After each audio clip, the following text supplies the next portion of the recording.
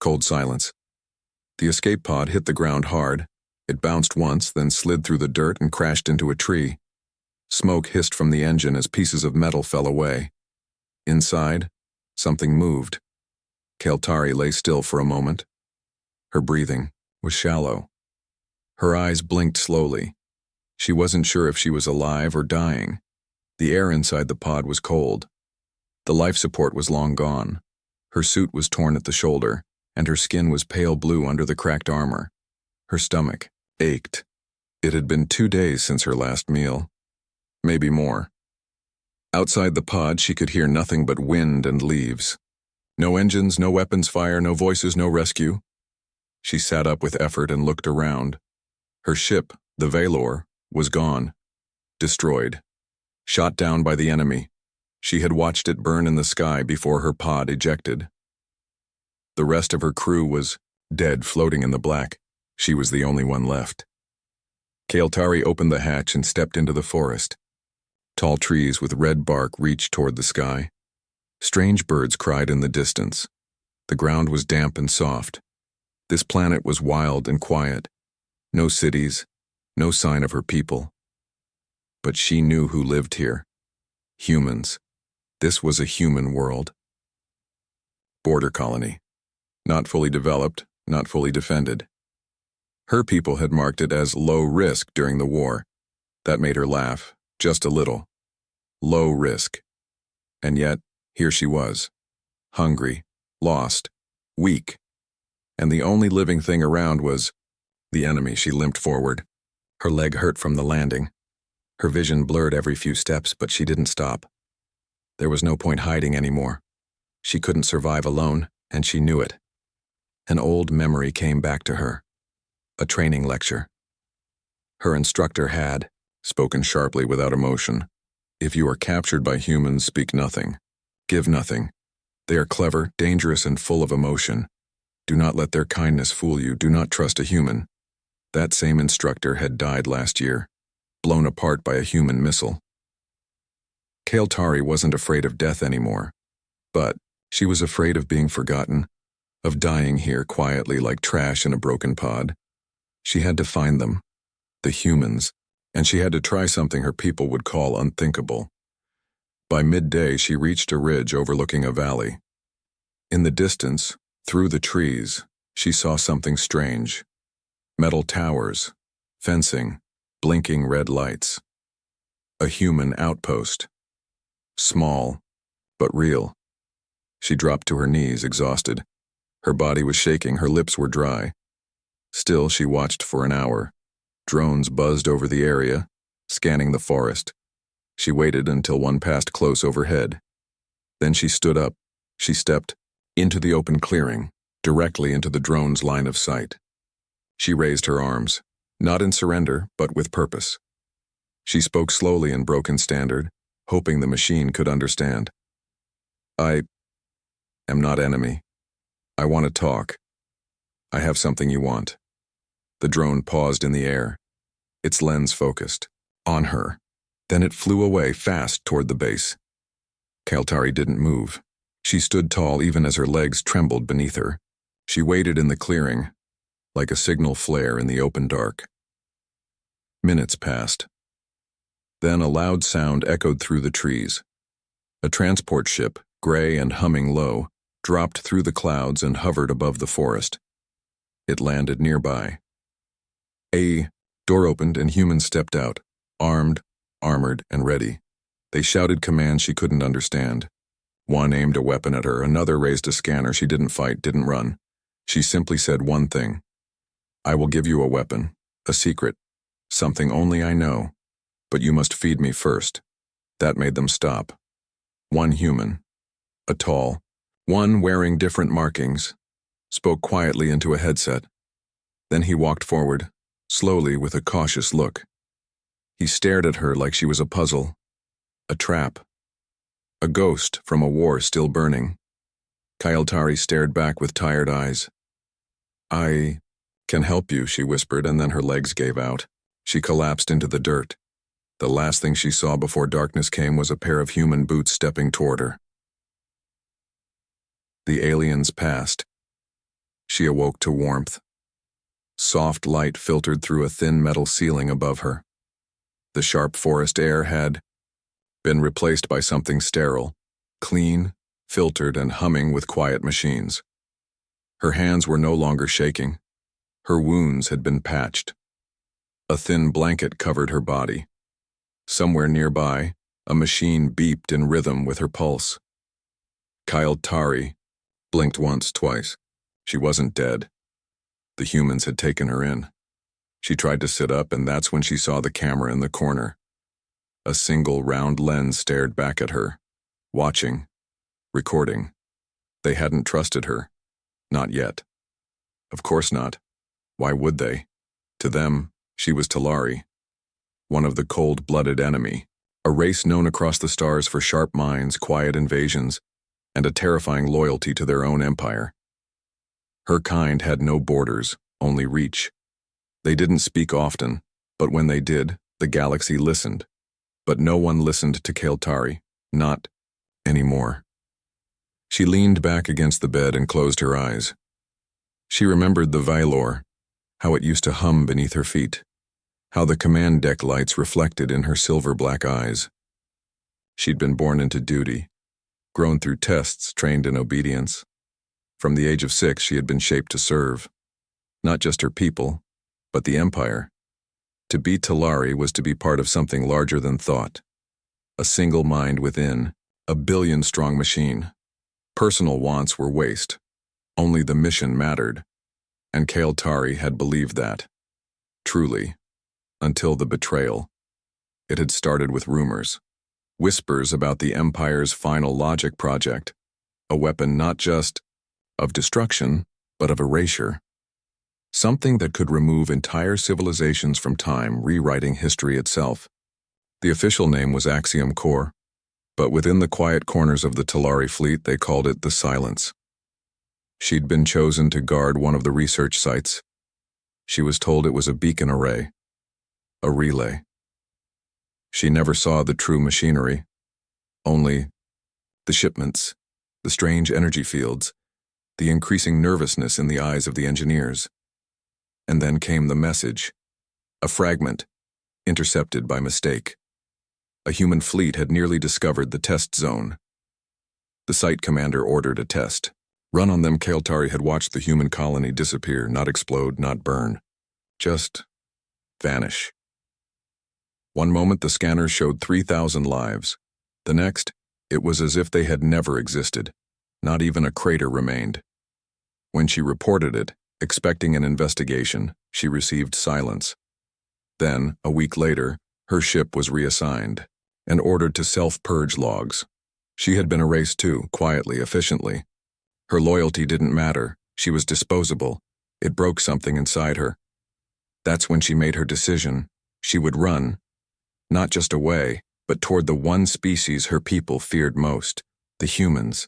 Not because they were powerful, not because they were many, but because they were uncontrollable. Humanity couldn't be predicted, couldn't be molded, couldn't be bought.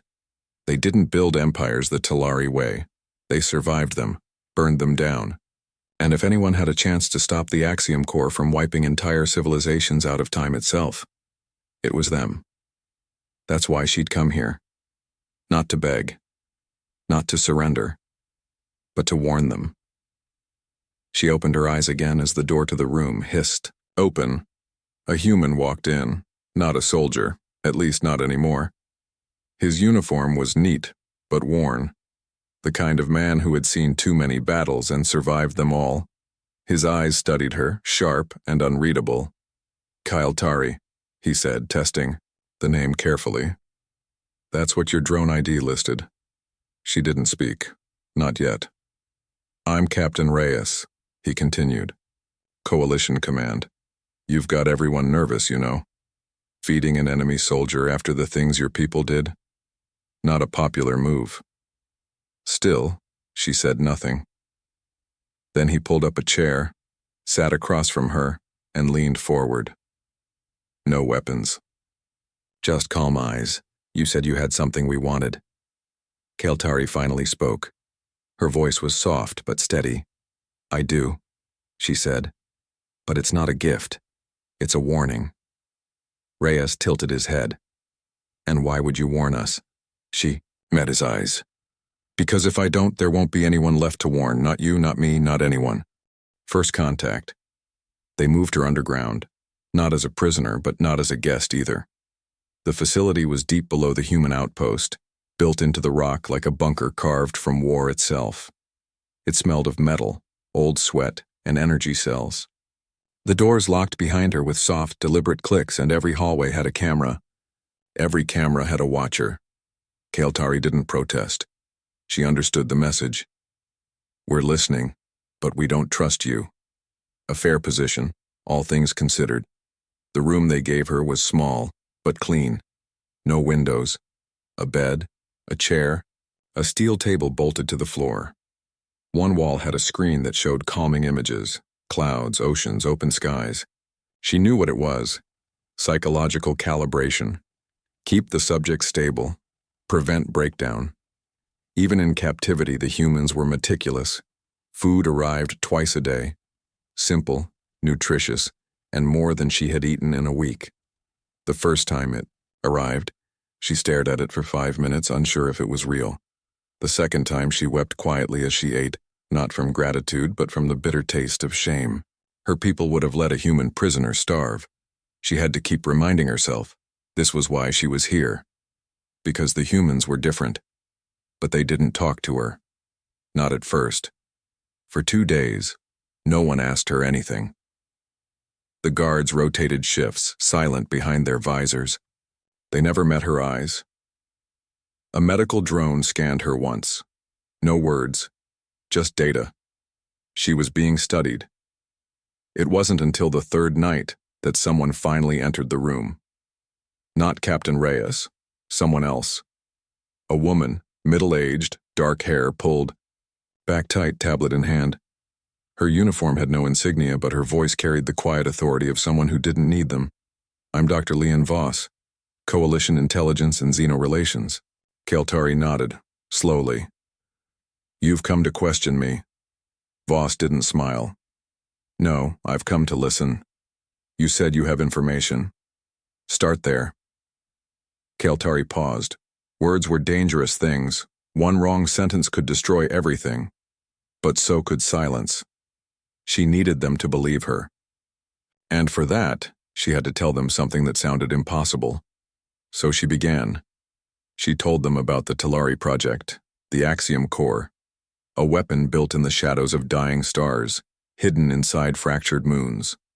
A device that didn't kill, in the traditional sense, but removed its targets from all timelines.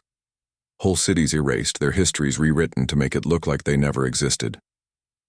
Voss didn't interrupt, but her eyes narrowed. Why would they create something like that? She asked. Kael'thari shook her head. Because my people believe in perfect order. History is not a path, it is a tool. If a species resists the empire, remove its past.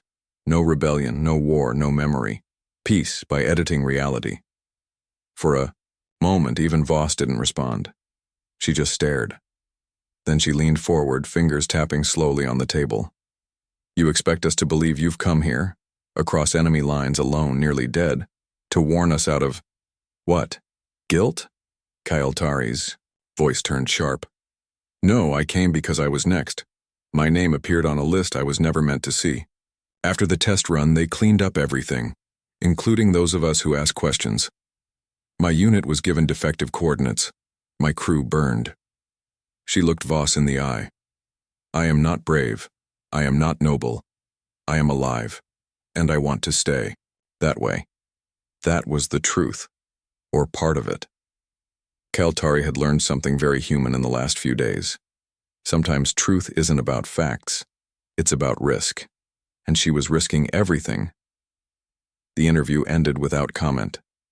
Voss stood, gave her a long, unreadable look, and left without another word. Later that night, the door opened again. This time, it was Captain Reyes. He didn't sit. He just stood there for a while, arms crossed, looking at her the way a soldier might look at a weapon they don't know how to use yet. My superiors think you're either lying Or desperate, he said. Personally, I think you're both. Kael'thari didn't answer. He took a step closer. But if even half of what you're saying is real, that means my species is in more danger than it's ever been. And the only thing standing between us and total erasure is a starving Talari exile with no rank, no command, and no reason to be trusted. Kael'thari looked up. I don't need you to trust me, she said. I need you to follow me. That made Rhea's pause. Follow you where? She didn't blink. To the facility. The one they don't know I escaped from. The one where the Axiom core is still active. There was silence in the room. Then for the first time, Rhea smiled. It wasn't a kind smile. It was the smile of a man who had just decided to do something very, very dangerous. The unthinkable offer. They moved her again. This time, not into a cell, but onto a ship. It wasn't a war cruiser or a stealth vessel. Just a mid-size recon craft. Fast, quiet, and disposable if things went wrong. The kind of ship used when command wanted plausible deniability. It had no flags, no names, only orders. Kael'thari sat near the rear, strapped into a seat with a harness that smelled of sweat and oil. Her armor had been replaced with a light exosuit, human-made, too loose in some places, too tight in others. She had to admit, it was comfortable, functional. She hated how much that meant to her after weeks of cold. Across from her sat Captain Reyes, helmet resting beside him, one leg crossed over the other like he was waiting for a bad poker hand to play itself out. He hadn't spoken much since she revealed the facility's location, but now with the stars streaking past the ship's window and the target system only hours away, he turned to her and asked the question that had been hanging between them from the start. Why you? She didn't pretend to misunderstand. She simply leaned forward and rested her hands on her knees, thinking. When I was 12, she said, I was taken to a vault beneath the Capitol. I remember the light, white, endless. Everything smelled like stone and silence. Reyes said nothing, but she saw him listening more closely now. There were 12 of us, children from different colonies. We were told we'd been chosen to carry the future of the Empire, not to lead it, to protect it, and protecting it meant knowing secrets no one else could. Codes, protocols, access sequences. They didn't teach us how they worked, only how to recite them without hesitation, even under threat of death. She paused, then touched her temple. Some of it they burned into our neural patterns. Triggers. You don't forget it. You can't forget it. So you're a failsafe, Reyes said flatly. She nodded. I'm the only one left from that group. The others were reassigned or eliminated. And what exactly do you have? He asked. You said you could help us destroy the Axiom core. That's not a small promise. Kael'thari turned her. Gazed to the window, watching the streaks of light twist into longer ribbons as they approached the jump point. I have access to the internal security failsafes of the facility. If we reach the control chamber, I can trigger a self-annihilation cascade, not just a shutdown, a collapse of the core's spatial integrity. The weapon would eat itself from the inside. That sounds unstable. It is. Reyes leaned back, exhaling through his nose. You know what this looks like from our side, right? You, guiding us into a ghost station full of tech we don't understand, claiming you can turn it off. And all you want in return is... What? Survival? No, she said. His eyes narrowed. Then what? Kael'thari met his gaze. I want to stop them before they rewrite the galaxy. Before they decide that humanity's stubbornness is a historical glitch. Before they decide that you never existed. That was when the silence settled over them like a heavy blanket. Because Reyes understood now this wasn't a raid. This wasn't even a battle. This was a last chance. A chance to stop the Talari from becoming not just conquerors but curators of time, rewriting the universe in their image, erasing all that didn't fit their design.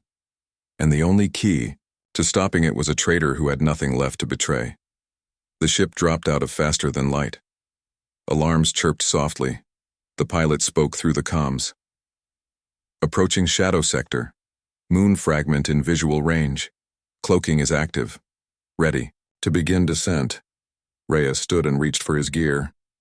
You said you could shut it down, he said without looking at her. But what if we don't make it to the core in time? Keltari rose, her voice quiet but sharp. Then don't miss. The facility came into view minutes later, an ugly wound carved into the black surface of a fractured moon. From orbit, it looked like a mining station long abandoned, but beneath its jagged edges lived something far more dangerous. Reyes stared at the scanners. No heat signatures, no transmissions. Dead. Keltari gave a humorless smile. It's never dead. It's just sleeping. Waiting. She looked down at the blinking lights on the display. Her people's technology was buried in every corner of this place. And deep inside, the weapon pulsed, silent, patient, nearly godlike. This was her unthinkable offer, to guide the enemy into the heart of her people's ultimate creation and destroy it. She knew what that meant. She would never be able to return. The Talari would erase her memory, her name, her bloodline. In their eyes, she was already a shadow, a mistake. But maybe, in the eyes of the humans, she could be something else. Something better. The mission. The shuttle landed without sound.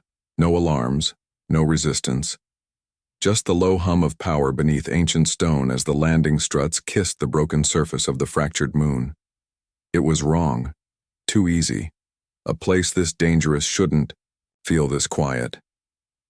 Captain Reyes was the first to step onto the surface, boots crunching against fine black dust that hadn't been disturbed in years. His visor flickered as it adjusted to the low light. Behind him, 4 others followed. Silent. Professionals. All of them armed with pulse rifles and plasma cutters. No words, no complaints. Just the grim look of soldiers who knew they were walking into a trap. Keltari followed last. She moved differently now, not as a prisoner or guest, but as someone leading the condemned. Her posture was firm, focused. But inside, she felt every step, every vibration beneath the surface.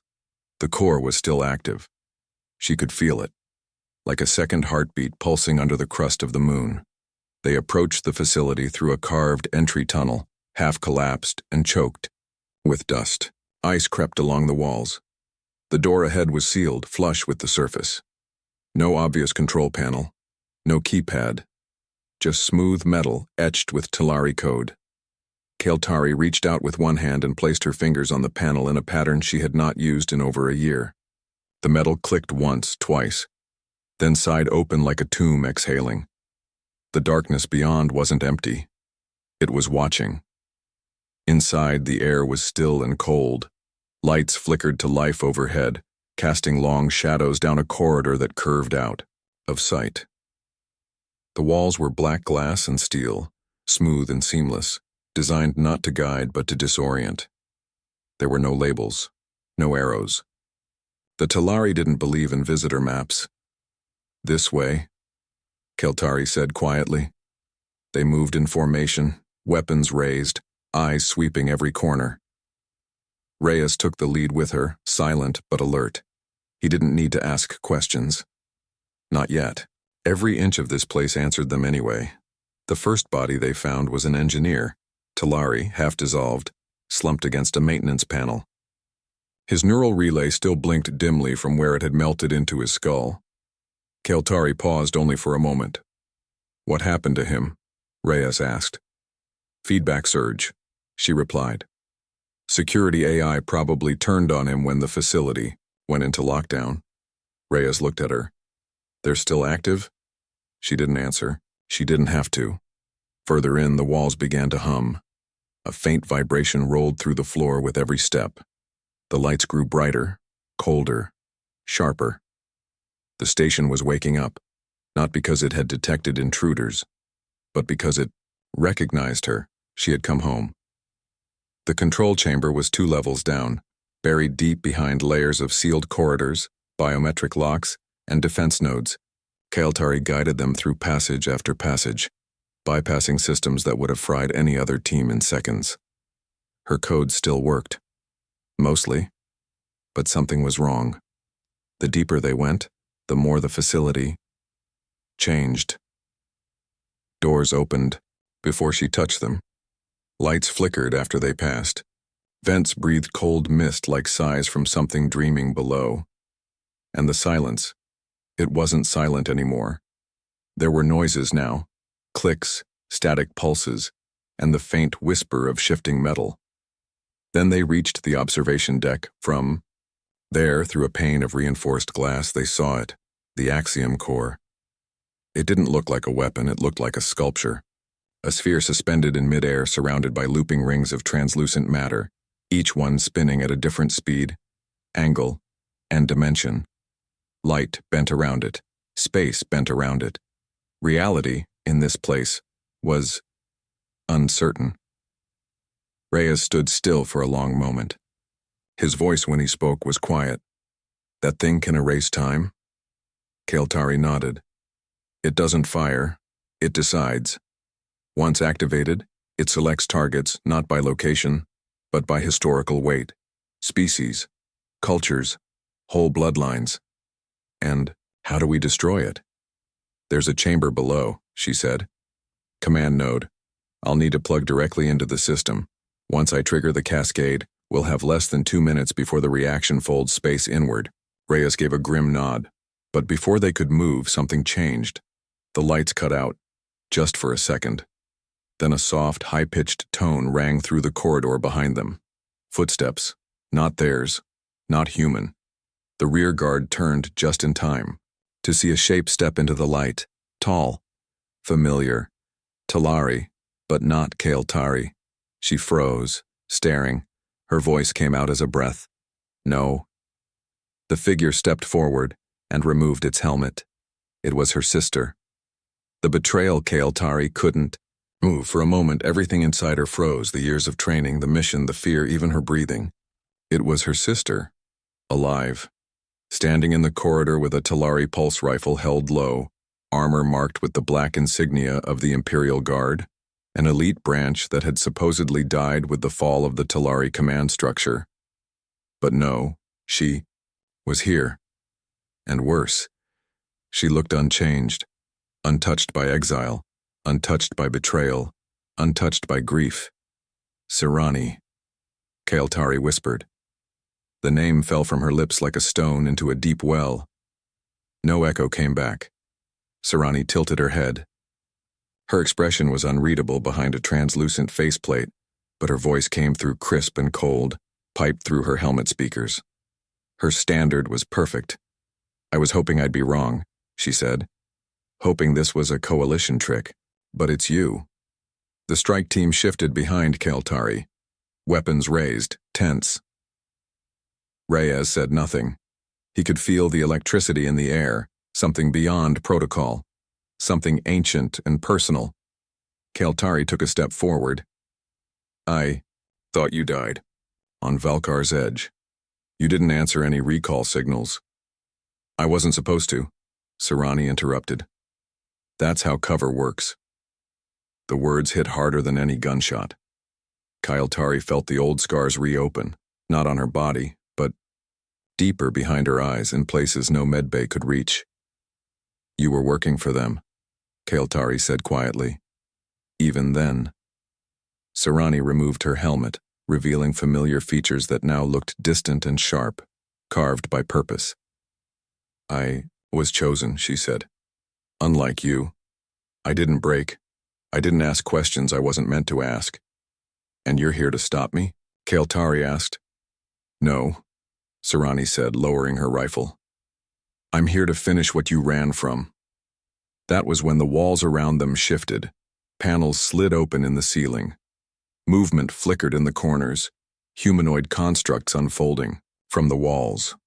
Glowing eyes pulsing blue. Talari defense drones, auto-sentries, ancient machines built to defend the core from invasion. They hadn't activated before. Now they were awake.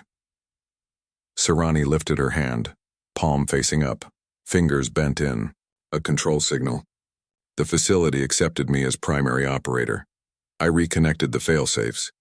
This station is under Talari command again. Tari turned sharply. You don't understand what the core does, what it's already done. The human colony. At Saros 4, do you know what happened to it? They didn't just die, they were erased. Even we can't remember their names anymore. Sarani's face remained still. That's the point. If a mistake can be undone, it should be. They weren't a mistake, Tari snapped, her voice rising now. They were people. Sarani's voice dropped almost soft. They were humans, and they were building weapons of their own. You think they wouldn't do the same to us if they had this? She looked past her sister directly at Reyes. You think they'll spare you when the next war comes? Tari, you're giving fire to the forest and praying it won't burn. Reyes lifted his rifle slightly. I don't need to be spared, he said. I just need to make sure you can't light that fire. Everything happened fast after that. Sarani moved first, always faster than Tari remembered. Her body, a blur of motion as she raised her rifle and fired. The shot missed Tari by inches but forced her back. Drones dropped from the ceiling, opening fire with sharp blue bolts of plasma. Reyes dove to cover, shouting commands. The strike team engaged instantly, returning fire with controlled bursts. Tari dropped low, rolling toward the side of the corridor, slamming her hand into a wall panel. The old system recognized her print, barely, and blinked green for half a second before shutting down under override. No control here anymore. Sarani had locked her out. She looked up through the chaos, sparks flying, metal screeching, bodies diving, and saw her sister disappear into a security passage. Heading toward the core, she had to stop her.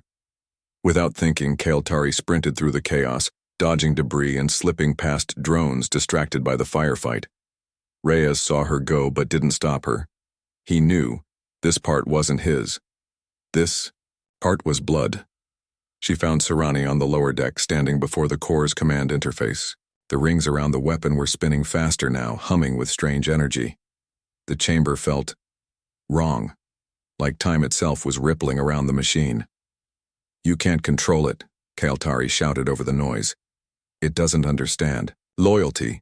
It only understands mass, momentum, and memory. Sarani didn't turn. And that's exactly why we need it. She reached for the final activation sequence. Tari did the only thing left. She raised her sidearm, an old human model Reyes had given her, and fired. The shot struck Sarani in the shoulder, spinning her around. She stumbled, fell to one knee, eyes wide with shock. She looked up at her sister, her traitor, her twin, and whispered something in their native tongue. Tari dropped the weapon, walked over, and caught her before she hit the floor. Blood spread across Sarani's armor. Not fatal, not yet, but deep. You shouldn't have come back, Sarani whispered. Tari's voice cracked. You shouldn't have stayed. The rings slowed. The core's hum began to drop. Shutdown sequence, manual, unclean, but enough. Enough to save the timeline, but not enough to save them both. The price. The core stopped humming. The sound died slowly, like a long breath finally exhaled. The rings ceased their spinning, each one freezing in midair before folding in on themselves with a soft shimmer. No explosion, no blast. Just stillness. The Axiom core had shut down. Tari lowered herself to the floor beside her sister. Sarani's breathing was shallow, uneven, but steady enough to survive. Her eyes fluttered open, unfocused, not quite seeing the room anymore. Blood pooled beneath her shoulder, spreading into the cracks of the floor. You always had a sharper aim, Sarani whispered, the words dry with pain and dark humor. You always made a bigger mess, Tari answered quietly. For a long time, they didn't speak. Not as soldiers, not as enemies, just as two fragments of a people lost to ambition, raised by the same empire, broken by different truths, and now, finally, cut free from its grip. Sarani turned her head, blinking slowly. They'll come after you, she said. After this. I know, Keltari replied, but they'll have to come through them first. She meant the humans, and Sarani knew it. Above them, the gunfire had stopped. The station's defense systems, now disconnected from the Talari command net, had gone dormant. Reyes and the others had survived the firefight. Barely. Their voices crackled through the comms, distorted by radiation. But Keltari didn't respond right away. She took one last look at the core. Even shut down, it felt unnatural. It wasn't a bomb. It was an idea, a concept sharpened into a machine. One that could end civilizations not by destroying them, but by making sure they had never been born. A weapon not of war, but of erasure. And her people had built it with cold precision and pride. Now it was dead, and Keltari would carry its memory forever. She helped her sister to her feet. Sarani limped, supported by her, quiet now. Not broken, but changed. They emerged into the upper deck together, walking through scorched corridors and the broken shells of fallen drones. The human strike team watched in wary silence. Weapons, lowered but not forgotten. Reyes stepped forward, rifle slung, blood on his sleeve. She's alive, he said, not quite a question. For now, Keltari replied. Reyes nodded once. The core? Neutralized, she said. But the data might still be recoverable. You'll want to burn the entire station when we leave. Every file, every relay. Gladly. Keltari looked around at the ruin, the bodies, the flickering lights overhead. No one should ever know how close we came to losing everything. Reyes gave a long look at her, measuring, tired, but not unkind. Then I guess we'll lie, he said. Together. That was the agreement. Though no, one wrote it down.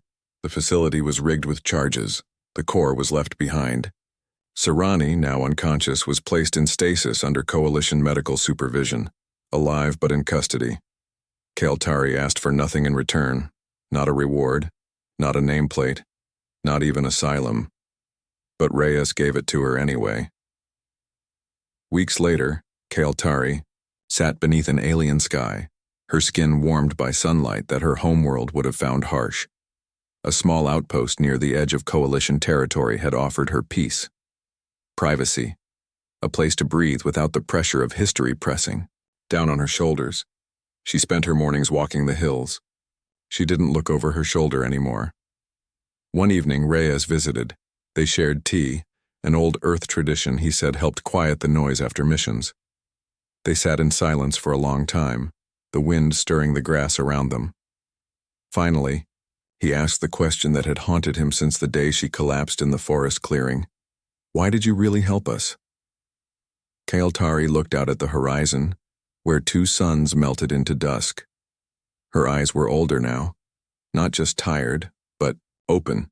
Because you gave me something no one else ever did, she said. Reyes frowned. What's that? She smiled softly. A choice.